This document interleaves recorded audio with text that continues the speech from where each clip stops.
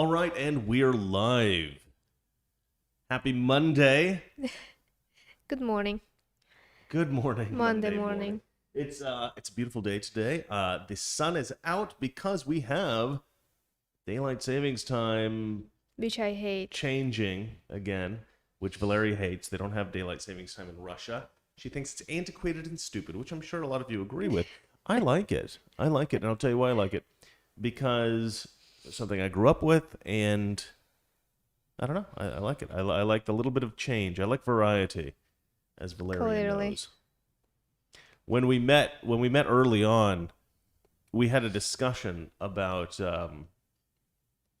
like dating and like men and why men. There you are mentioning your exes again. No, guys. I'm not mentioning my In exes. the beginning of the show. I think Valeria was asking why men tend to cheat more than women or something like that. I don't remember exactly what the conversation was. And, is it because they don't love their wife or blah, blah, blah, blah? And I think I said something about, well, men like variety. It's ever since then, she gives me so much crap anytime I say I like variety. So if I say something like, I'll try something new at this restaurant, I like variety, she's like, oh, really? You like variety? So that's become a kind of ongoing joke with us. Let's see here. No complaints about... Intro. Oh, my intro. Can we do the intro, guys? I love the intro. Let's try it. Toxic masculinity. I forgot to resize it. I resized everything else. I forgot to resize the intro. I'll fix it for next time, guys, hopefully. Remind me. Well, so I started posting some of the better... What are you laughing for? Okay, I'm going to put it on Valeria. What's so funny? Go on. Mark, taking bets on how many times Chris mentions his exes. At least one time per show. I didn't mention any exes. I consider word variety is mentioning your exes.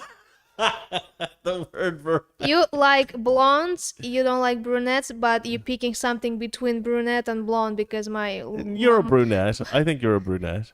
You don't have dark brown hair. I'm light brown. It's light brown. It's true. Okay, that's. But I always tell her, I have a natural attraction to blondes, and yet I picked you anyway. That's how amazing you are. She doesn't think that's such a compliment, but anyway. So we started posting some of these episodes on the Mr. Reagan channel because it's been really hard for me to get Mr. Reagan content produced. I'm doing a lot of research on a very few videos as opposed to a little research on a lot of videos. And the more in depth I go, the longer it takes to make a video. And I just haven't had a lot of time. So, I thought, well, you know what I should do? I should fill in some of the gaps with the best segments from Toxic Masculinity. So I'm cutting out some of these segments and I'm putting them on YouTube. But the problem is that people aren't aware. Okay, obviously there's something else hilarious. No, interrupt me again. Go on. Sorry, just my friend texted me. She's watching our live now, but she didn't know what the word variety means. She's like, I had to ask my husband what variety is. That's too funny. Okay, that was worth the interruption, I think. But a lot of people on Mr. Reagan, and it's working out because it's also getting people. It's like advertising this channel a little bit. So I think it's nice because people can see, oh, Chris has this second channel, and hopefully we'll get more subscribers. And so it's good all around. It's good for the Mr. Reagan channel. It's good for this channel.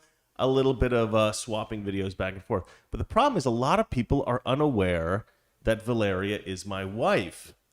So I get a lot of people going, who's the chick? Who's the girl? And then people write underneath like, I think it's his wife. And other people going, I think one guy was like, I want the Slavics girl's number, and I'm like, yeah, that's annoying. And other people are just like, holy smokes, Chris's wife is crazy beautiful and all this. Did you stuff. see what I did?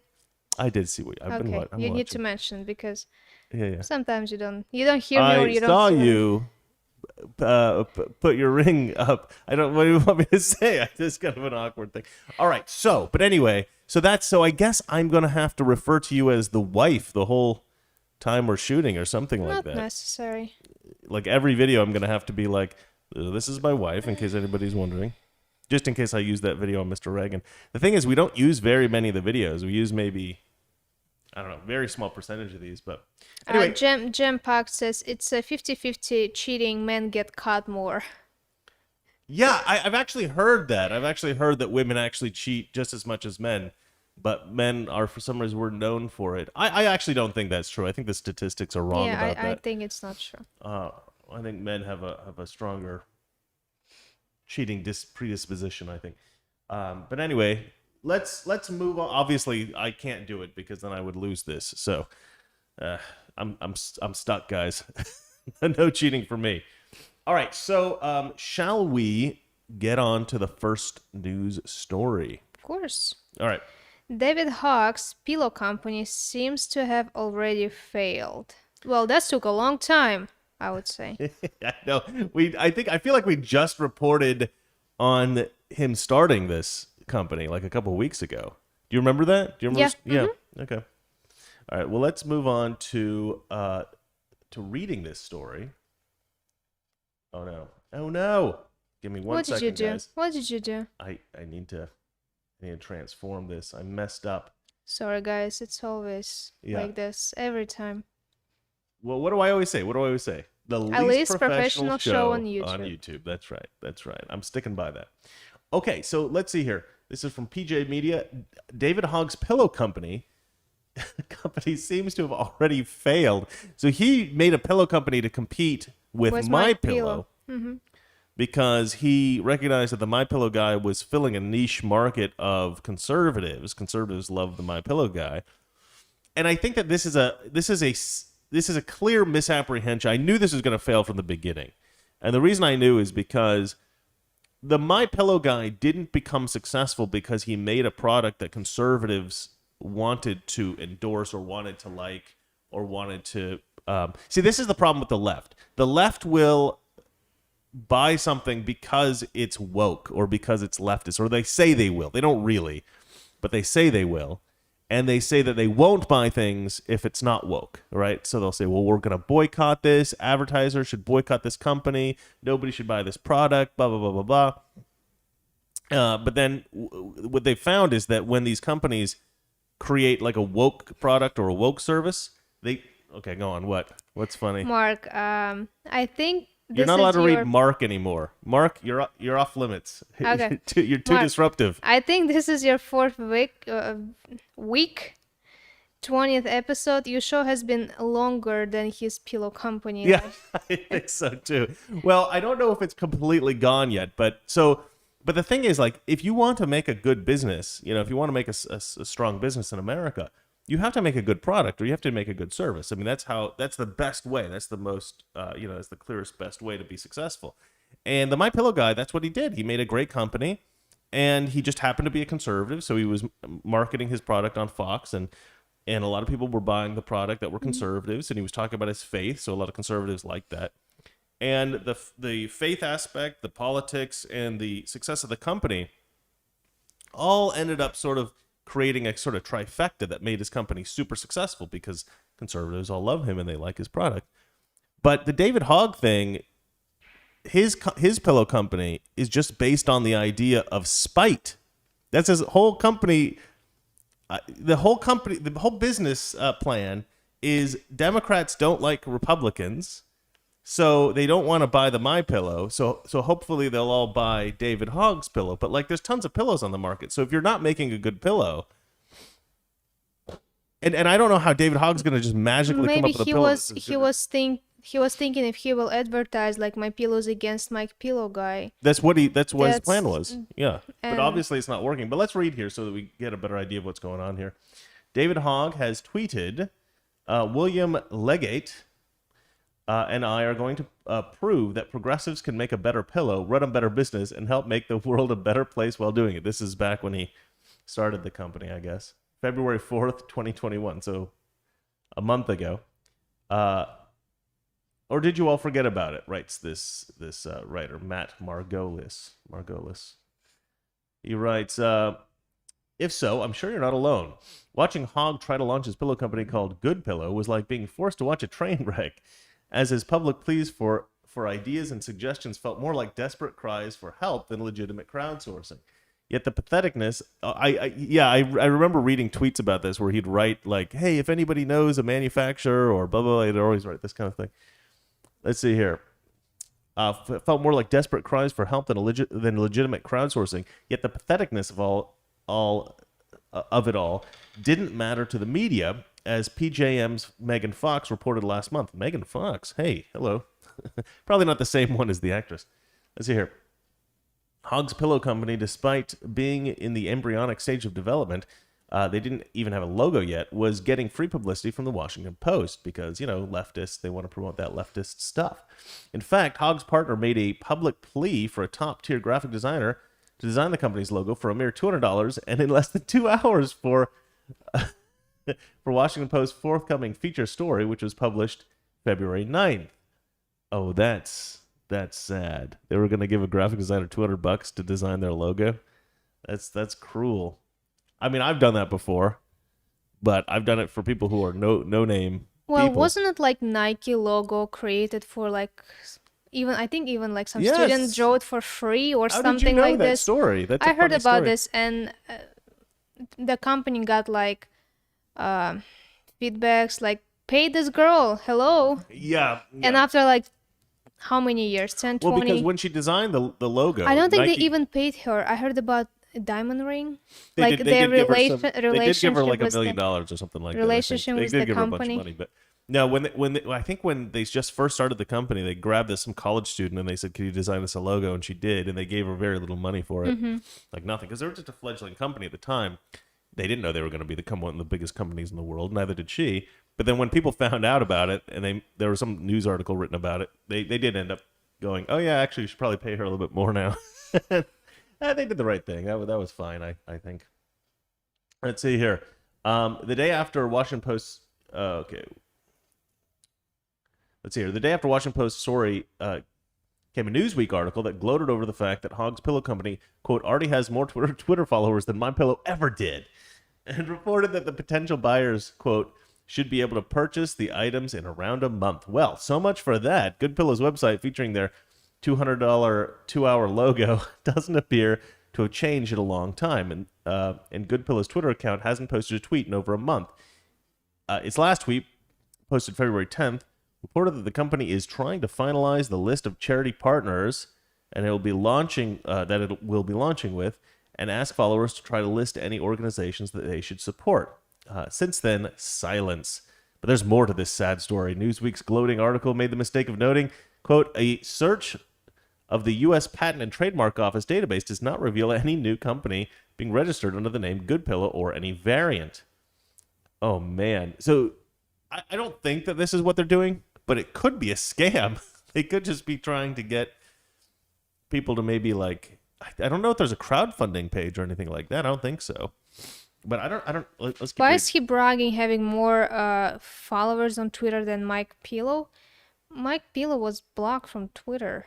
Oh, is that right? I think so. Yeah. Is it like you have more than 0 followers? But what is also, I don't know if conservatives are necessarily like the kind of people who watch Fox News and are buying MyPillow. I don't know if they're the same people that are going on Twitter and entering into that world. I don't know if I don't think that the number of Twitter followers you have is like the best metric of how great of a person or great of a company you are. But in the eyes of the left, I guess it certainly is. Well, Trump certainly thought so. Trump, I think, had one of the biggest Twitter accounts in history. All right, let's see here. Let's read a little bit more on this, and let's go to the next story. Well, as PJ Gladnick at Newsbusters noted, anybody reading that article would be alerted to the fact that Hogg and partner had not even bothered to register the name of their company. Therefore, somebody who wanted to could go ahead and register that name, thus depriving Hogg of its use unless he paid dearly for it. Well, it appears somebody did. Somebody bought the name. All right. A subsequent search of the U.S. Patent and Trademark Office reveals that on February 11th, the day after the heads up provided by Newsweek, Good Pillow was indeed registered by Mr. Robert Holland of North Carolina. Congratulations, Bob. I love that. You might be the only person who ends up making money from Good Pillow. Talk about epic fail. As far as we can see, Good Pillow peaked on February 9th, 2021, mere days after Hogg first announced his plans, when it was getting a ton of free publicity. Even Hogg's personal Twitter account has been silent. Look, there's tons of companies that fail every year, and I don't think that we should be mocking companies that fail because that's just part of the American process. But I think this is hilarious because this guy created a company literally just to spite another company that was conservative. He created a company out of spite. Spite and ill will toward his fellow man was what was supposed to sell those pillows. That's just, I mean, what a slimy little weasel. Well, I got an idea how we're going to get rich. We'll compete against the, My Pillow guy. What a jerk. Anyway, you seem to be smirking at something. What's funny, darling? You look handsome today. I look kind of what? Handsome. Oh, I look handsome. That's what happens when you don't shave for a week, ladies and gentlemen. You look handsome. All right. Shall we move on to the next story? Yeah, that's my favorite one. Oregon Democrats to pay black people $123,000 each in reparations. Why like 120? It's like, well, let's do some random number. 1, 2, 3, like a passcode from nuclear weapon. 1, 2, 3, 4, 5. Let's just do 1, 2, 3. That's it. 1, 2, 3, 0, 0, 0. Yeah. It's just like it's somebody in like the Oregon State Legislature's like password to get into all their stuff. 1, 2, 3, 0, 0, 0. Seems good to me. All right, so Democrat state senators in Oregon have introduced legislation to pay black Oregonians $123,000 in reparations. The bill would have the Department of Revenue establish a reparations payment program to residents who can demonstrate heritage in slavery, and have identified as African American for at least 10 years. So you have to, you don't have to be an African American. You just have to identify as an African American. What a weird thing to say. Okay. The Daily Wire reports that according to a copy of the state Senate bill, the government will pay 6 figures to any person who can demonstrate that they are a descendant of American slaves and have identified as African American on legal documents. I grew up with a guy. Yeah, I've had several friends in Oregon that would qualify for this. So I guess good for them, windfall. But this is So this is for the rest of their life, like 123,000. Well, it's okay. So in order to qualify for reparations, a person must live in the state for at least 2 years before the application deadline of December 31st, 2022. So when I was talking about this with you, I think you were like, does this mean that like every black person in America is just going to move to Oregon? Well, 22, they have like a year and a half, I guess. Or they have to move in now and leave. No, it's not 2. I think they have to be there. So they would have had to have moved there already. They would have had to have been there by December 31st, 2020. So I don't think it works.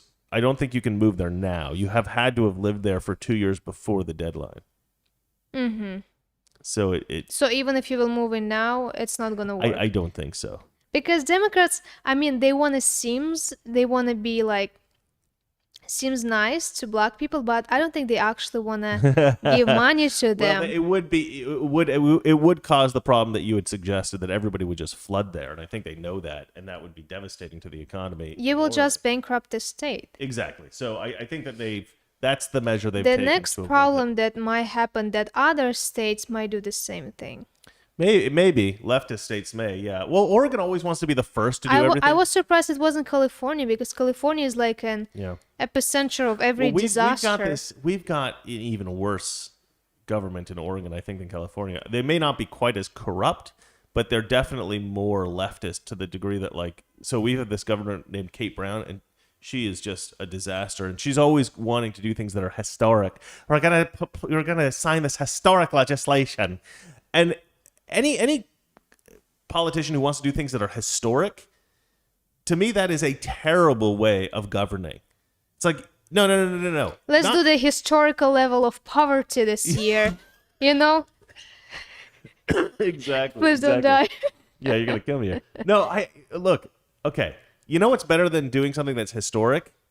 Improving people's quality. You know what of life. was historical that everyone will remember forever? That while Trump's presidency, that was a historical low black people's unemployment. Yeah. Low poverty. That's historical. Low poverty. High, like what Trump did for America, improving our quality of life, improving our economic situation. That was historic in a good way.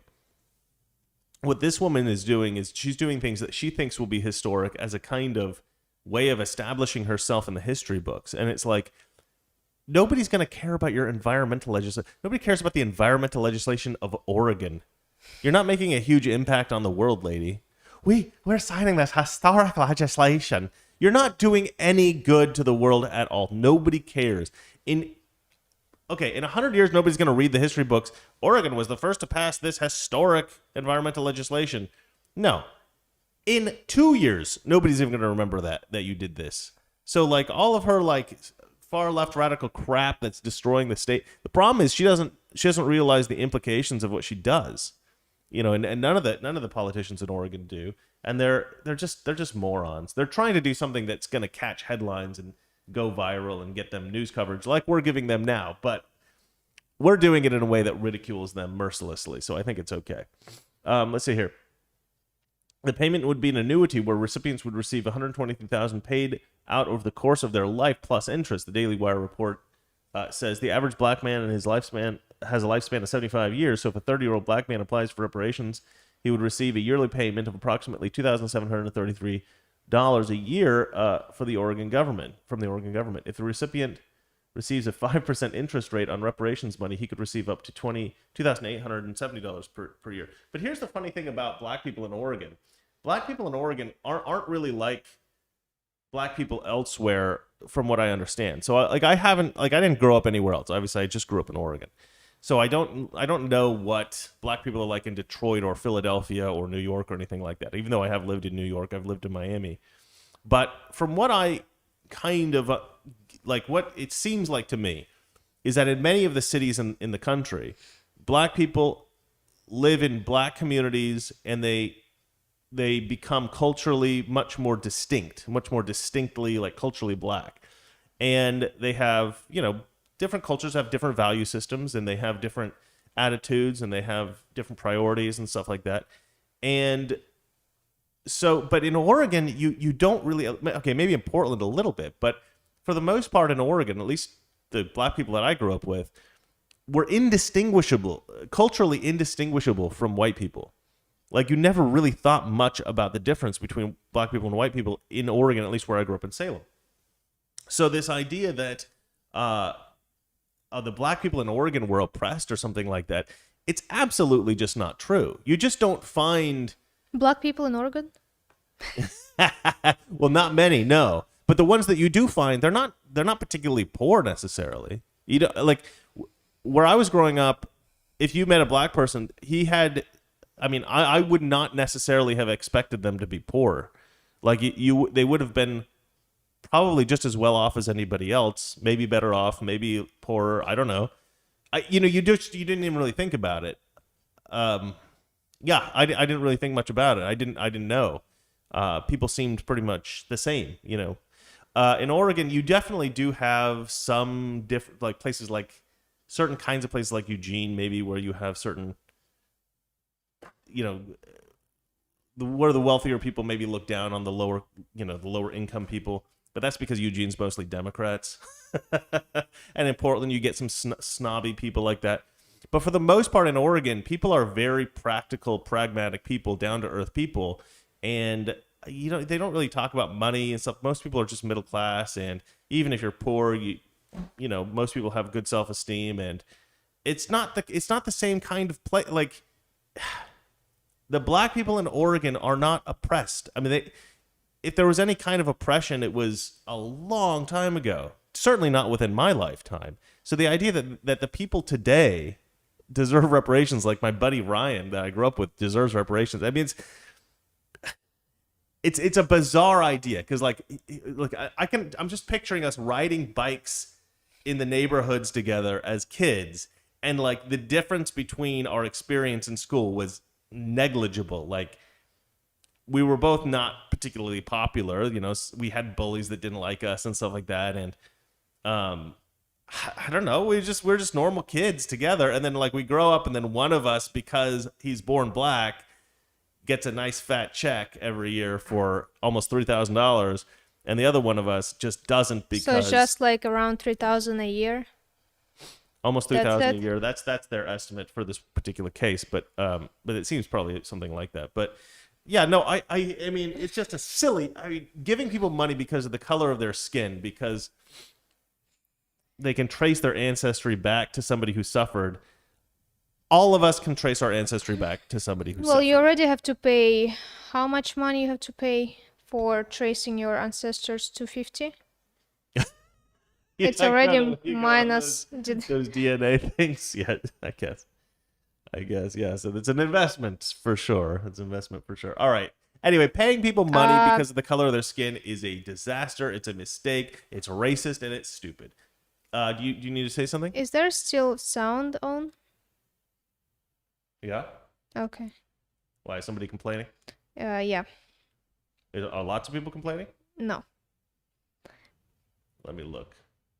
Oh, we have a super chat. Do you Yeah. want to take it? I know, but we have a sound. Everything is right. Yeah, we have sound. Yeah, I know. Awesome. Okay, yeah, super chat. My from Daniel. Daniel, is he giving us money again? Daniel, stop it. Daniel, stop this. My grandmother and grandfather are immigrants from Sicily. Ah, yeah. Why should I have to pay reparation? Yeah. Actually, that's a really good point. My family all came here after the slave days. I think my great great grandfather came here sort of at the during the Civil War, actually, or just before the Civil War, and he moved to Minnesota where they didn't have slaves, and then they moved to Washington State where they didn't have slaves. So that was on my dad's side. On my mom's side, her father, you know, her lineage, they all moved here after that as well. We all moved here after slavery, but before World War II. So we can't be blamed for that either, even though we are German. We moved here, but we fought on the good side. So yeah, my family is completely clean. We don't have any kind of, there's no blood on our hands. And yet it would be my tax money, or at least the tax money of my family, that would be going to these black Oregonians. And why? Why are they paying for them? They didn't. The attribution of guilt and victimhood is absurd. This is what I always say. This is a pretty provocative thing that I mention sometimes. Is a lot of the slaves and the masters had kids together, right?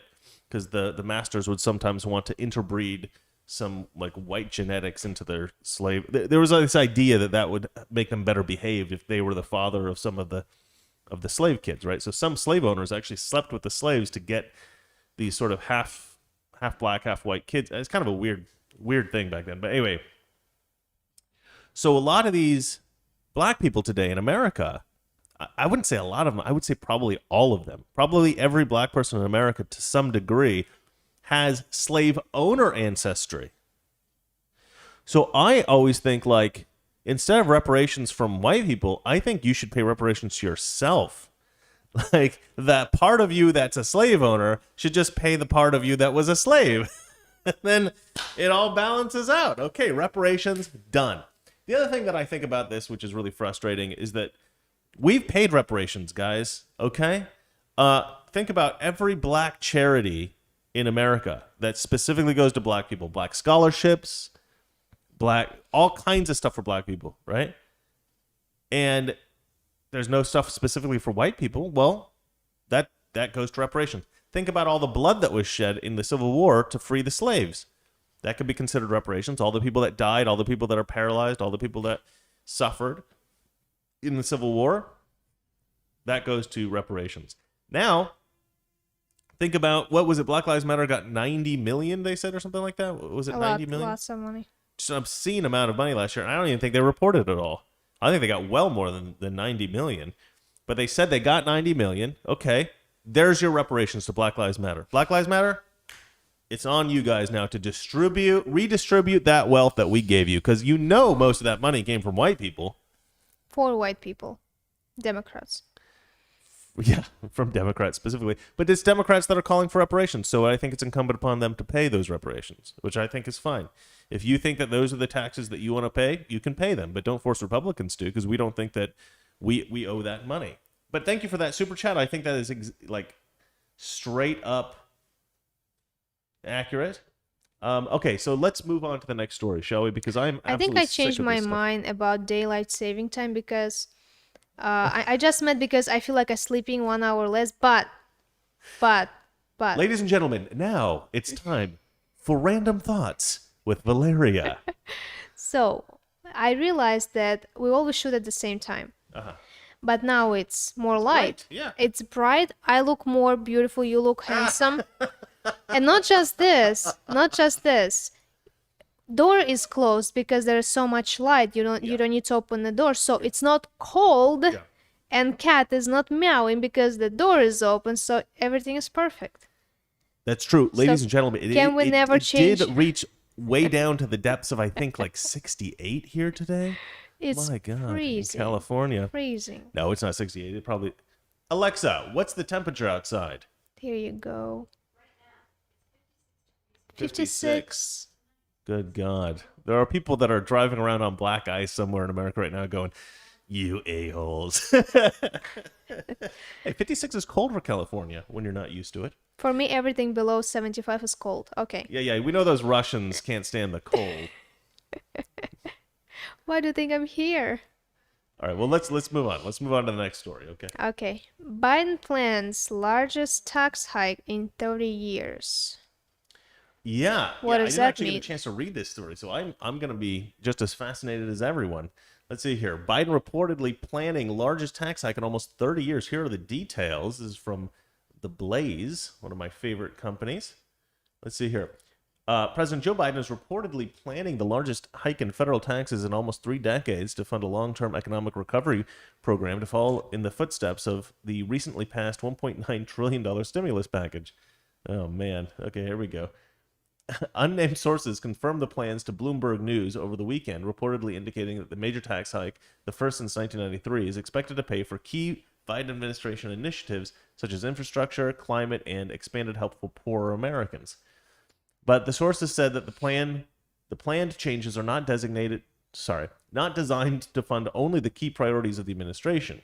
With the tax hike, Biden's team hopes to address what Democrats argue are inequities in the tax system itself. According to the Bloomberg report, the changes include... Okay, well, of course they want to tackle inequities because racism and all that stuff. I am so sick of the race thing. I am so sick of racism.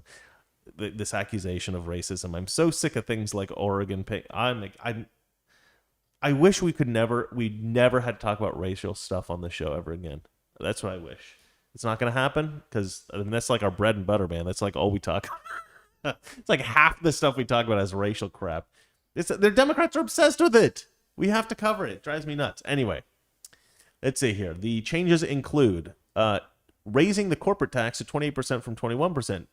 Paring back the tax preferences for so-called pass-through businesses, such as limited liability companies or partnerships. Not really sure what that means, but okay. I guess they're just saying that like they won't be quite so lenient on businesses that are like limited liability companies and partnerships. Raising the tax rate on individuals earning more than $400,000 a year.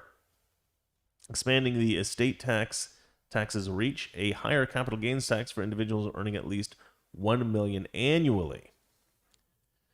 His whole outlook has always been that Americans believe tax policy needs to be fair, and he has viewed all of his policy options through that lens. Sarah Bianchi, a former Biden economic aide, told Bloomberg. That's why the focus is on addressing the equal treatment between work and wealth.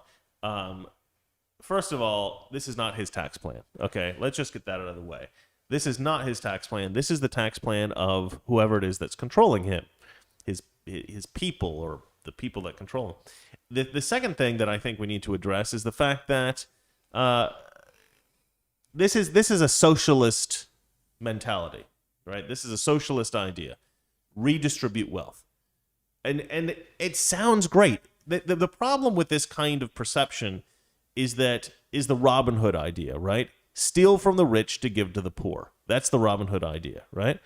But Robin Hood really didn't steal from the rich to give to the poor. That's what they say in the stories. But actually, if you read the stories and Robin Hood was stealing from the government to give to the poor, because in those days the rich were the aristocracy, and the aristocracy were the government. So that the government was basically taking the taxes from the poor citizens. So they were essentially stealing the money from the citizenry. And so Robin Hood was just taking that money back. So actually, stealing from the rich to give to the poor isn't necessarily such a good idea, but stealing from the government to give to the poor, that's a much better idea. There's a super chat from Lauren Smart. The tax hikes are for Biden to have the citizens pay off China. That's actually a very good point. I don't think they want you to think that, but inevitably that's probably where the money will go to some degree. Yeah, I mean, well, okay, there's a lot to... I don't want to go dig into exactly where our national debt is and who holds all the... But anyway, let's just... that's a little bit too deep for this show, but I would say that to some degree she's right. And look, there is this idea that if we tax rich people, it'll be better for the country because we'll take the money from the top and we'll give it to the poor, and the poor will come up, and everybody will be a little bit more equal. So what's the point? You will have fewer jobs. Well, that's exactly the problem, right? So that's exactly the problem. So, but what happens when you do this? Is that actually this actually kind of brings everybody down a little bit, because when the rich people don't, because when you're taking money from the rich, right? If it's private citizens, then a lot of times you're taking money from job creators, right? People who own companies, people who have businesses, things like that. And they can't afford to hire as many people. They can't afford to pay people as well. And the economy kind of, contracts a little bit. So Republicans like to do this. Just move everybody up, as opposed to taking from the rich and giving to the lower income people. There's not really in the squeeze middle class. Squeeze everybody into the middle class. Yeah. That's the leftist idea. But the Republican idea is let rich people be rich, and just improve everybody's quality of life. That's kind of what Trump did during his administration. He just freed up businesses to make more money, freed up rich people to make more money, so they could pay everybody and make the economy work better. To me, that's a much more attractive idea, because then everybody makes more money. If you take from the rich and give to the poor will improve a little bit for a little bit of time. If you allow the capitalist system to flourish, everybody increases far more in a sustained way. So for like a longer period of time, much longer, infinitely long, as long as there's not like a disaster like COVID. Anyway, let me keep reading this a little bit more. Let's see here. Bloomberg cited an independent analysis of the plan conducted by the Tax Policy Center, which asserted it would raise taxes on American citizens by $21 trillion over 10 years. Oh, joy. The group originally projected the plan would raise taxes by $4 trillion over a decade, but revised its forecast last November. Okay, so it's not $4 trillion. Well, that's nice. The plans are unsurprising, coming from the Biden administration and progressive Democrat lawmakers who have already shown a willingness to raise taxes to accomplish their policy goals. Democrats snuck $60 billion in tax hikes into the coronavirus relief bill, even as the country faces continued economic difficulty as a result of the pandemic. Okay, so you're not allowed to open a business, but you have to pay a $60 billion more. Democrats are truly unbelievable. However, despite falling in line with Biden's campaign promises and demands for progressive lawmakers, any major tax hikes may face an uphill battle in Congress. Tax hikes, especially if they result in a repeal of former President Trump's 2017 tax cuts are a non-starter for Republicans. Likewise, moderate Democrats have shown some reluctance to the idea. The really good way of stopping something like this, I think, the best way of stopping some kind of disastrous legislation like this is just to make it public, right? Just to make sure that people know that it's happening. Because the more public it is, the more people are aware of it. Nobody's going to like it. Nobody's going to like hearing about it. Maybe welfare recipients will like hearing about it, but most people are going to say this is not good, especially if they are aware of the consequences. Anyway, I feel like you're getting bored with this story. I'm just a little bit sleepy. Yeah, we're both quite sleepy.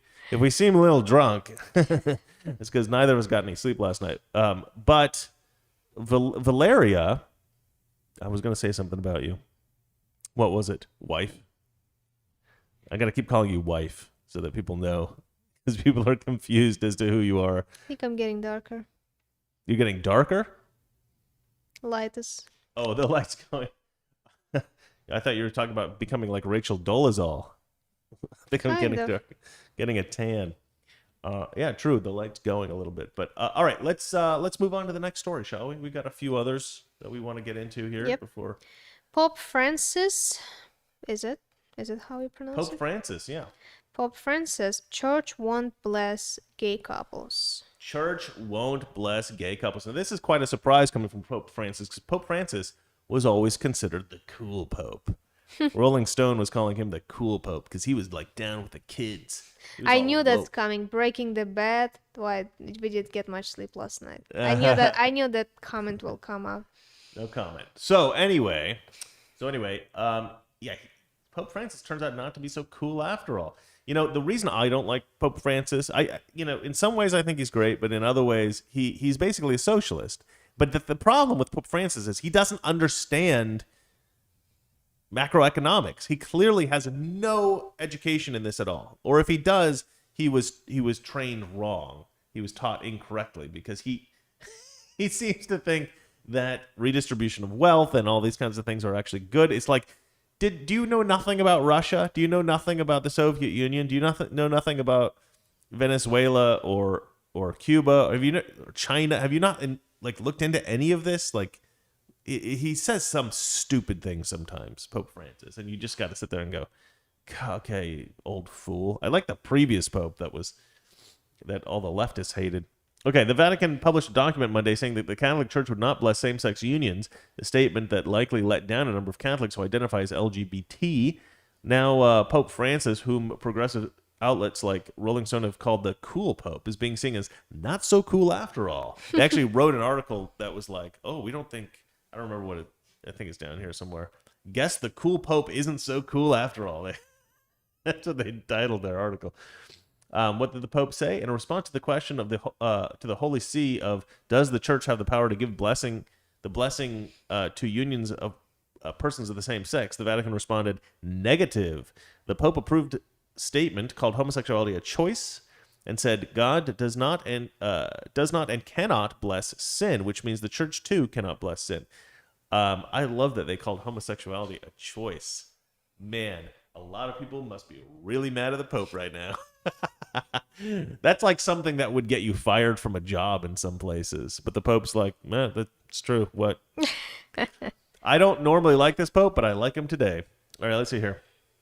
No longer a cool Pope. The Rolling Stone magazine, the leftist progressive entertainment magazine, reported this story on its website under the banner headline, Guess the cool Pope isn't so cool after all. Yeah, dude, come on, just be cool. Pope Francis has gained a reputation among left-wing many non-religious or non-Catholic fans for being woke on issues near and dear to the left's heart, except, much to their lament, abortion. For example, the Pope said last year that the coronavirus is nature's response to man's mistreatment of the environment. Yeah, he's quite a strong environmentalist, which is another subject that I doubt he has really any education in at all. Let's see here. Last fall, the pontiff denounced trickle-down economics and private property and advocated for the redistribution of wealth in a papal encyclical, which I've never heard of, but I guess that's a thing. He used his 2020 Easter address to advocate for socialist universal basic wage. Francis was on record saying that he considered adding ecological sin to the church's official teachings in order to take on sin against ecology, against our common home. I don't mind that. If you litter, you're going to hell. Okay. Hear that, litter bugs? Let's see here. A couple of years ago, there was a discussion that the Pope may allow married men to become ordained priests and thereby bring an end to celibacy. That's interesting. In December 2018, rumors swirled that the Pope was considering the approval of a significant edit to the Lord's Prayer. I actually didn't mind that so much. It was the bit where they say, lead us not into temptation, because the idea is that this is a mistranslation of the original text, which said something more like, do not abandon us when we are tempted. Mm-hmm. But the thing about that is that, sorry, this is a bit of a tangent, but I do think, like when I was a kid and I would hear the Lord's Prayer, that's actually, despite the fact that the words say, lead us not to temptation, I recognize even as a child that that's what it meant, that it meant don't abandon us when we are tempted. That was clear to me even as a kid. I don't think that the mistranslation needs an amendment unless people are genuinely think that it's God himself tempting you. That's a bit of a silly thing, though. I don't think most people interpret it that way or perceive it that way. But anyway, maybe that's just my own thing. Anyway, let's see here. He added environmentalism to the church's 7 works of mercy in 2016. I don't know, whatever. In October, the Pope appeared to endorse same-sex civil unions in a documentary in which he discussed pastoral care for those who identify as LGBT. The Vatican said those comments were taken out of context. Last November, he praised NBA players for their racial justice protest. That, to me, was the worst thing he ever did. When he was saying, like, you know, that they're taking a knee or whatever. I don't remember exactly what the story was, but when he was saying that, like, the Black Lives Matter stuff was good, like he supported Black Lives Matter, I'm just like, oh, you fool. Like, that was foolish. That was absolutely foolish. You do not support essentially a terrorist organization as the head of the Catholic Church. To me, that is just... You might as well just endorse ISIS. You know, I don't know. It's just an idiotic thing to do. All right. So it's no wonder that reporters and editors at Rolling Stone were taken aback by the Pope, blah, blah, blah, blah, blah. Basically, yeah. So, yeah, he's showing that he's not completely abandoning all traditional values there in the Catholic Church, which I think, you know, I have some respect for. So that's great. But I still think we need to move on to a little bit of a more conservative Pope. Do you have any thoughts on this? I know that you're not Catholic in any way whatsoever. Am I not? Am I not? Is that what you said? No, you're not. You're not. I'm not either, actually. I mean, I didn't grow up Catholic, but even though my family, before I was born, my family we're all Catholics. We're German Catholics, and which is kind of a funny thing because Germans are mostly Protestant because of the Reformation, Martin Luther, and all that. But my family was all Catholic, Germans, and then just before I was born, they all converted to Protestantism. I think because of Billy Graham. I'm not sure exactly. I had to ask my parents, but I think he was why. They all became Protestant, and so I grew up Protestant. I mean, we went to Catholic church occasionally, but it doesn't really matter. We did the whole thing when we'd eat at my. I mean, it doesn't really matter what religion you are. If you're a good person, you can be atheist, Christian, Catholic. Yeah, except you'll go to hell. Well, I grew up... I know the atheists always like to hear that. I grew up in Russia, so I never really liked the churches because for me, it was always a business. In Russia, churches... Yeah, that's right. The church is totally corrupt in Russia. Yeah. Like, you can't bring candles, your own candles. You have to buy candles there. Tell them about the priests. What... Well, priests in Russia, like the richest people, I would say. In any village, in any town, we have our small village. Yeah. My father was working in church as they were building stuff, building new stuff. So he was a worker there, and our priest had like a helicopter. It was like flying around at the same time. A My private father helicopter? my father didn't get paid for like 2 months or something. Like churches in Russia are not have nothing to do with religion. What did you do? What did you do? I was expecting that you would be talking a little bit more, so I jumped out of my seat and I adjusted the cameras really quickly. We need professional production crew, but we don't have the money for that. All right, darling, would you like to move on? Yeah, it's quite sad, actually. I should comment on that. It's quite sad that in Russia, a lot of the traditional church stuff is all... Because the ministers, you see, drive... They're not even subtle about how wealthy they are. They, like, drive, like, super nice cars, like, super expensive Mercedes and stuff like that, and... Yeah, they're not hiding. They don't hide it. They're like No. flashy with their wealth. They're like, look how rich I am. I'm a priest. Boom. It's weird. It's like priests are like the rap stars of Russian culture. It's such a weird thing. Anyway, let's move on to the next story, shall we? Yeah. All right. MSNBC. Republicans stop black people from voting. Oh yeah, that's right. Okay, yeah, I forgot about this What? story. Yeah, so MSNBC is claiming that Republicans are just desperate to stop all black and brown people, as they say, from voting. This, they've been saying this for decades, because in the Jim Crow era, Democrats did stop black people from voting, right? They had certain kinds of ways of trying to stop black people from voting, but in the modern day, if you say like, "Oh, I think that people should have voter ID," they go, "Oh, you're trying to stop people from voting," because it's so difficult for people to get ID. Like literally everybody in America has an ID, but they're like, "Oh, if you make black people have to show an ID, well, you know how hard it is for those blacks to get IDs." What are you talking about? They all have ID. But they're like, oh, you can't force black people to have ID. That's voter suppression. It's like they're asking for driver license because not like 100% people driving. I think it's easier to get ID Because you than can get a state driver ID. license. You can get a state ID, which is like a driver's license, but you don't actually have to Yeah, pass you don't have to driving pass test. it. Just You just pay like 20 apply bucks or and something like that's that. it. But So easy. it's such a weird thing because, and everybody always makes these points. It's like, if you want to buy alcohol, ID. you've got to show ID. If you've got to fly on a plane, Show ID. you've got to show ID. There's a lot of things that, in order to get to do them, you have to have ID. So, like, even homeless people have ID. Everybody has ID. This idea that you have to show ID in order to vote, being some kind of voter suppression, is just a big lie that they I spread on the wouldn't left. even allow people to show ID. I would say show your American passport. Don't Right. have a passport, don't vote. Well, I should go get a passport, I guess. All right. Well, let's have a look at this article. Actually, there is a clip to watch on this one, so let's go ahead and. Okay, birth certificate. Okay. Okay. All right. Let me play this video for everybody.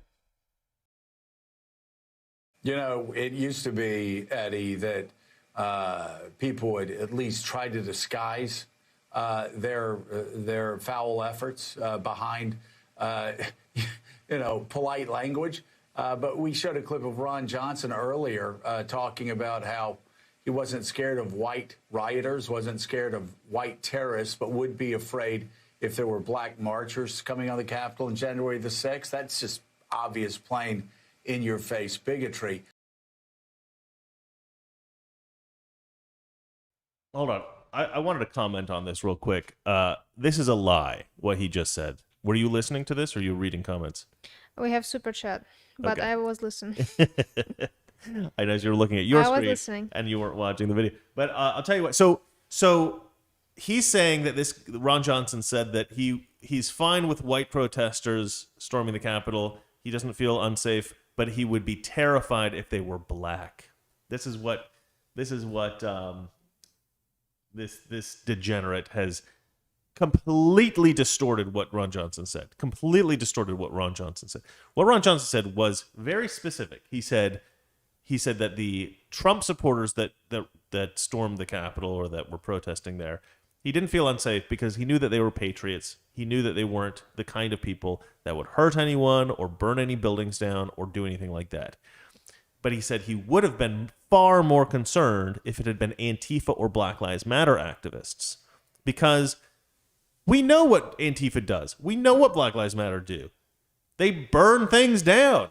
They kill people. We've seen it throughout the past year. He didn't say black people. That was this piece of garbage's BS interpretation of it. So he's sitting here completely lying, and I think Ron Johnson should sue him for defamation of character. I really do think that. He needs to sue him because that was a complete and intentional distortion of what he said. There was nothing, he never said anything like that. Okay, let's keep watching this video.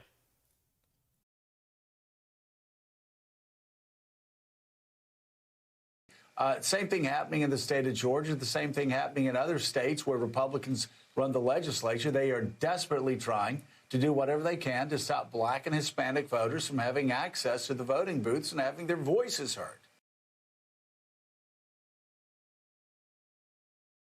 Desperately. They're desperately trying to stop them from voting. Okay, let me tell you something. I am desperate to stop certain people from voting, but it's not black and brown people, as they say, as this guy's saying. It's uneducated people. I don't mean uneducated like they didn't get a good education in school. What I mean is they have no concept of any of the political issues that they're voting for. Right?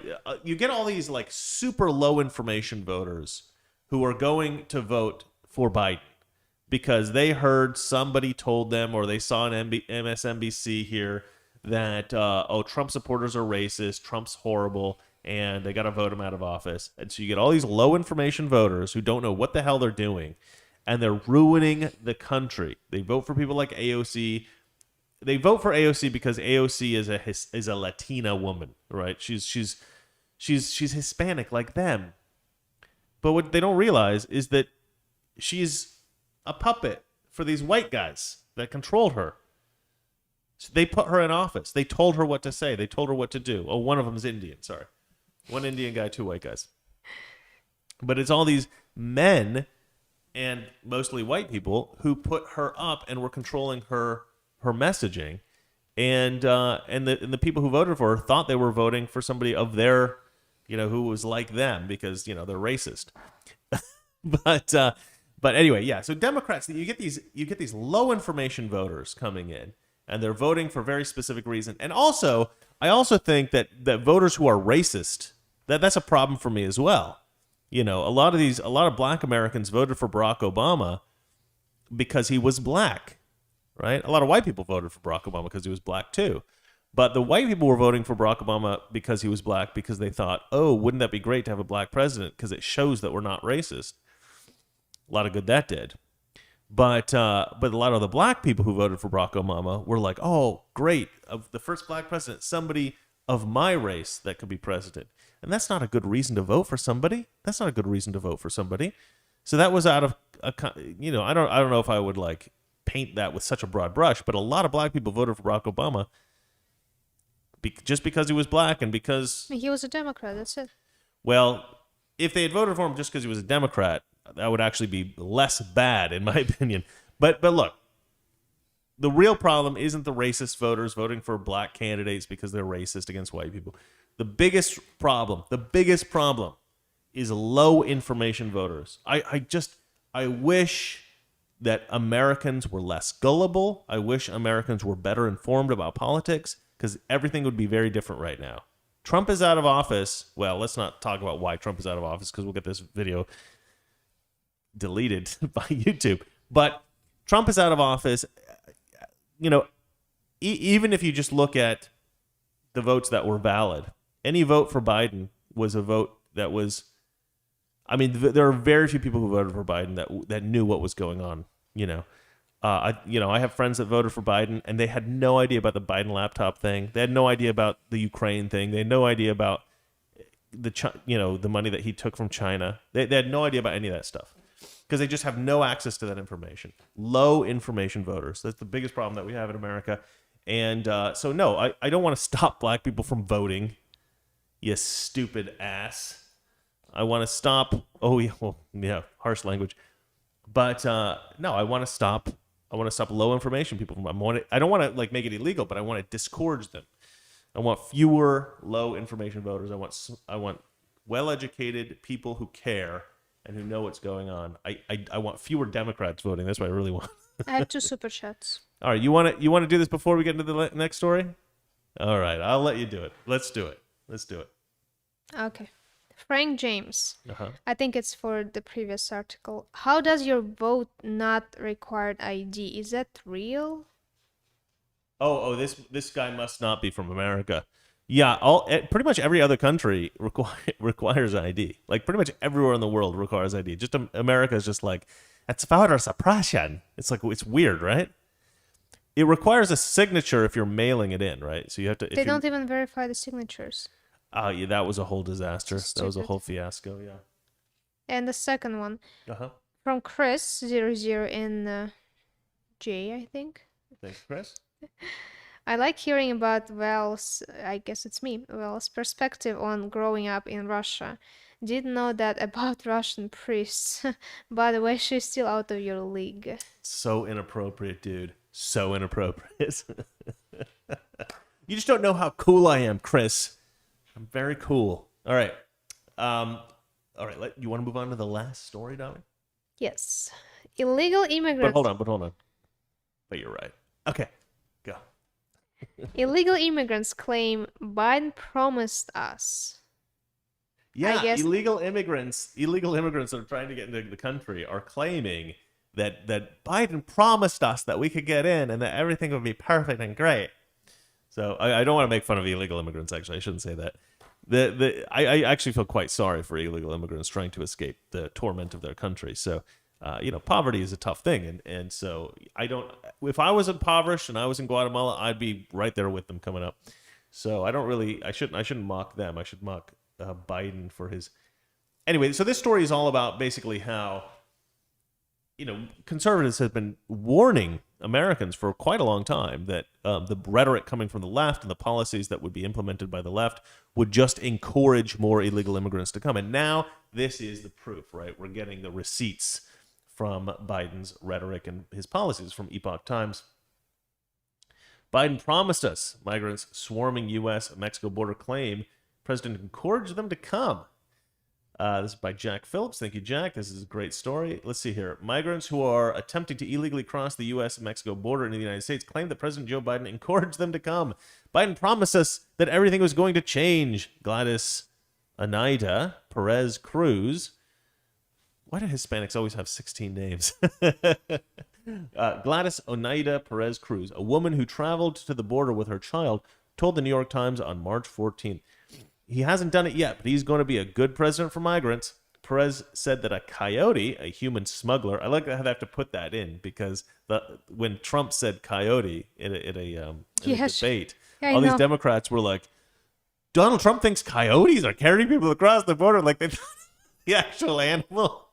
That was one of the best things. That was one of the best moments in the election when all these blue check Democrats were saying, what the hell is he talking about? There's not coyotes and they're drawing like images of coyotes, like the animal with like kids like in little bags being held in their teeth and stuff. I mean, I think ridiculous. I know why Hispanics have so many names like Gladys, what you read, because they have such a few last names like Gomez, Lopez, Gonzalez, Rodriguez. So they just take them all? Yeah.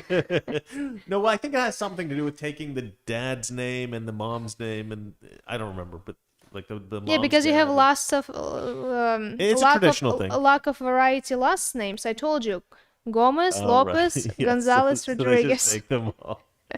Yeah, no. It's a traditional thing. It's nice. It's just difficult to read. It's a You're joke. doing a live stream. All right, let's see here. It's gonna be okay. Perez said that a coyote, a human smuggler, charged her $9,000 for the trip to the border. Good Lord! From what I understand, that's actually the going rate. I've heard that many times. 9,000 seems to be the number that they have to pay. 9,000 for the trip to the border. The woman said that she and her son embarked on the journey on February 7th and hoped to reach her sister in Maryland. Hours after crossing the border, they were apprehended by Border Patrol agents. The news outlet stated, according to Perez, deciding to return that Perez decided to return Honduras. So she got to the United States.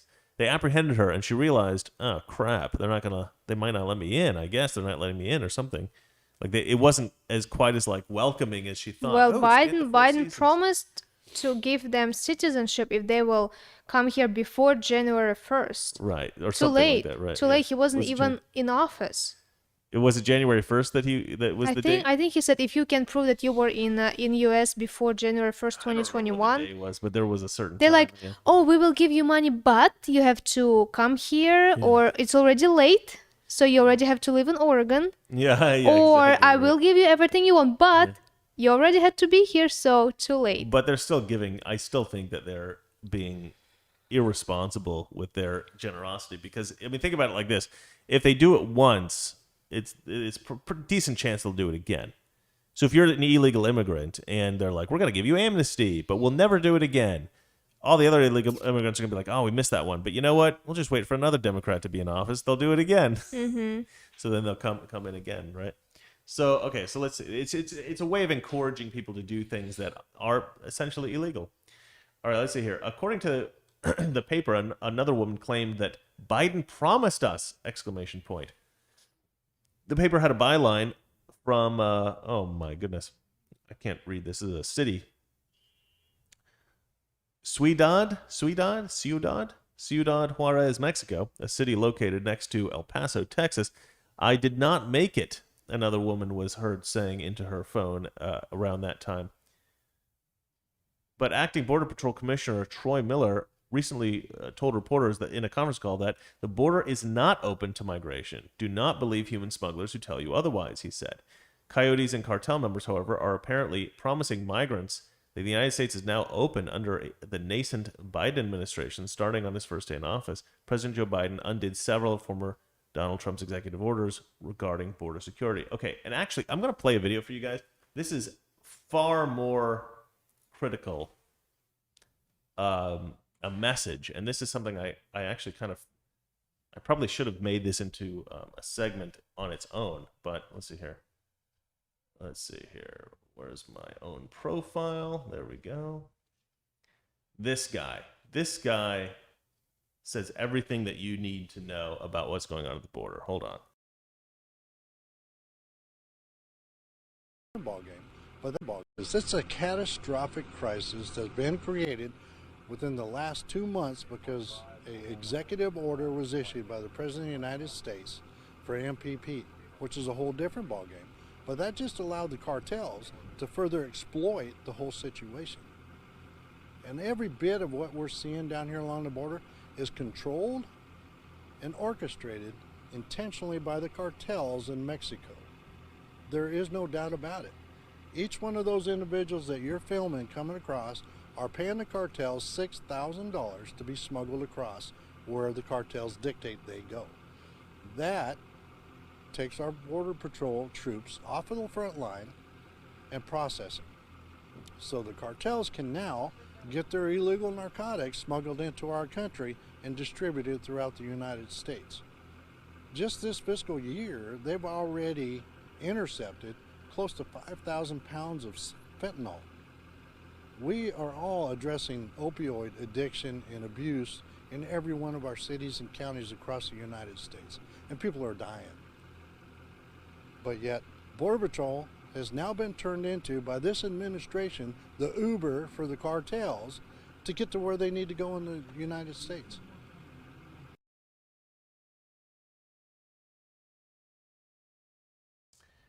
That is very disheartening, but it's also very instructive.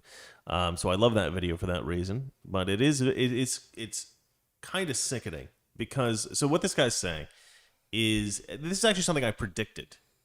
I actually predicted this in a video. I don't remember when, but if you encourage all this immigration, this illegal immigration, and the Border Patrol is dealing with this massive flow of immigrants, this just runs cover for anyone trying to sneak over the border with drugs. This just runs cover for anybody trying to sneak across the border who is the murderers, the bad guys that Trump was speaking of when he first got into office, when he was first running. The more illegal immigrants we have crossing the border, the more shady stuff is going to come with it. The more crime's going to come with it, the more drugs are going to come with it, all this kind of nasty stuff. Because it's very difficult to smuggle drugs across the border when there are no illegal immigrants crossing, because Border Patrol can just be laser focused on what you're doing, what the cartels are doing, what the drug runners are doing, and they don't have to be distracted by all these illegal immigrants. When you have thousands of illegal immigrants crossing, their hands are full. You know, they can't be in 20 places at once. So these guys are just bringing tons and tons of drugs over now because the Border Patrol is just overwhelmed. So thank you, Biden. Once again, some, amazing presidenting. Doing a great job there, pal. Don't sleep too long. Okay, so We have a couple super chats. Oh, we have more super chats. All right, so I think that was our last story of the day. Yeah. So why don't we just get into into the Q&A section altogether now? Okay. Question from Salty GD Coach. Sure. I don't know how to pronounce that. You're gonna have to write it phonetically for us one of these times. Koch. Yeah. Okay. Are you talking literacy testing? Literacy testing. So what he's talking about is another way that Democrats used to try to stop black people from voting. Another super chat from him. The literacy testing is a reference to low info vote. Yeah, I know what he's saying. Yeah. So in the old days, you used to have these literacy tests, which was another way of stopping black people from voting, because because a lot of black people couldn't read, and so they would say, okay, in order to vote, you have to take this literacy test, make sure you can read. And that was basically a way of weeding out a lot of the black people so they wouldn't be voting. No, I'm not insisting on a literacy test. Well, again, I don't think that we should have any tests or anything like that. I mean, the ID, yes, I think we should have voter ID, but no test, nothing like that. There shouldn't be any laws about this. I just think that we should encourage people who are high information voters to vote, and we should find a way to discourage the Democrats. You notice the Democrats always have these plans to bus in tons of voters to the voting booth, or now they don't have to do that because they have the mail-in voting, but they're always looking for ways of getting people who don't have any real knowledge about politics or any interest in voting, and just encouraging them to go vote, because they know that people who don't have any knowledge about politics, they're very low information. One, they're more likely to vote Democrat, and two, they are very malleable. You can basically just tell them who to vote for and they'll do it. A lot of schemes that the Democrats have used over the years have been basically paying people to go vote, or bribing them. We had this scandal in 2020 in some places. I think there was an Indian reservation that was doing this. But anyway, Democrats will use any scheme they can to get low information voters in to vote, especially people who don't speak English.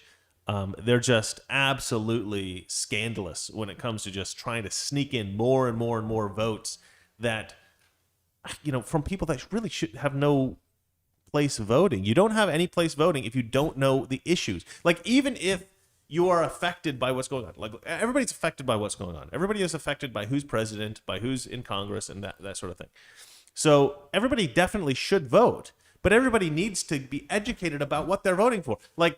If you think, oh, I better get this person voted in because it's going to be better for me, but you're wrong, and in fact, all your facts are wrong, and that person isn't going to be better for you, this person is, well, then you're not just doing everybody else you're not just doing yourself a disservice, you're doing everyone a disservice, because you're voting for somebody who's worse for everyone, because you just didn't do the research. And so people who aren't willing to actually educate themselves to some degree about issues and about politics, why are you going to go vote? Because some woman came to your door and said, really, you should be voting. We can bring a bus. It's absolutely awful. It's scandalous what Democrats do. They're just con artists. Democrats are criminals. All right, if you're voting for a Democrat, you're voting for a criminal. Sorry, I got so pissed off about Democrats.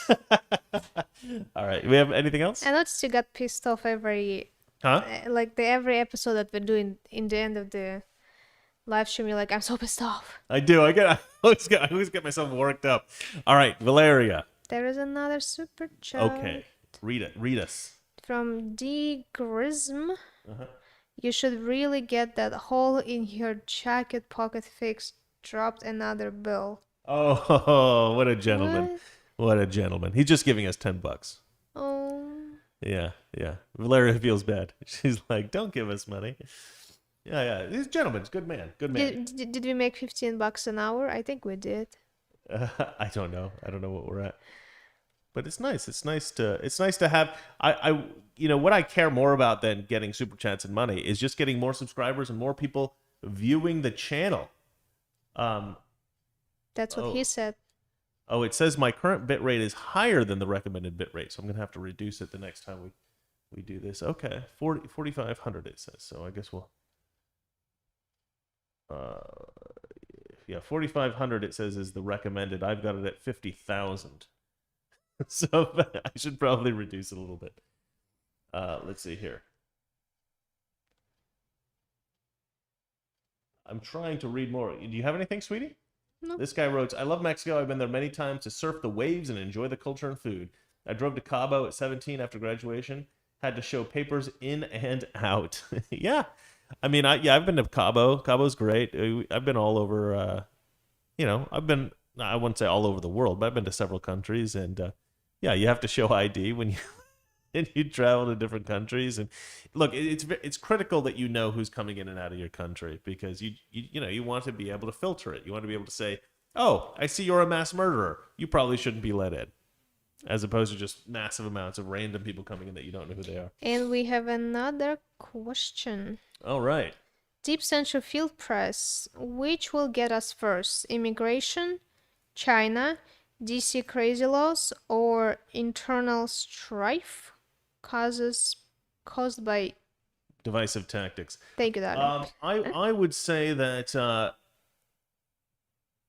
it's tough to say. Okay, so right now I'm trying to figure out who's controlling Biden. That's one of the videos I'm doing. That's what's taking so long with my research. Just like reading about all these hundreds of people, it takes a long time. But the thing is, like, I think maybe the people who are controlling Biden do have some interest in preserving the country. So they're not necessarily globalists in the sense that they want to see the dismantling of the United States of America. And the reason I say that is because coming out of the Biden administration has been recently a little bit more, Jesus is God says all of the above, which is actually a very good answer. But whoever is controlling Biden has seemed to recognize that China is a huge threat, because there has been a little bit more tough talk on China, which is hilarious considering what they were saying before Biden was, elected. Everything was like, China's not so bad. I don't know why Trump hates China so much. China's great. Trump's just a racist. And now they're like, oh, actually, China's pretty bad. It seems to me that the biggest threat to the democracy at the moment is simply the corruption of the Democrats. The Democrats don't really seem to care anything about improving the country, improving quality of life, anything like that, or protecting the country, keeping our military up, making good deals with other countries, stuff like that. They seem to care mostly about having power and having money for themselves. They don't really seem to care about anybody else. All the stuff about, we care about the gays, we care about the blacks, that's all lies. Okay, we know that's all lies. They care about their votes. They care about that, right? So I actually think that the biggest threat to the nation is Democrats' greed. And their hunger for power and their corruption. And the reason I think is the biggest threat is because it looks like what they're doing, especially with like HR1 and a lot of the stuff that I predicted would happen if Biden got elected. They want to make Puerto Rico a state. They want to make Washington, D.C. a state. They want to give amnesty to all these illegal immigrants. They want to reduce the voting age even.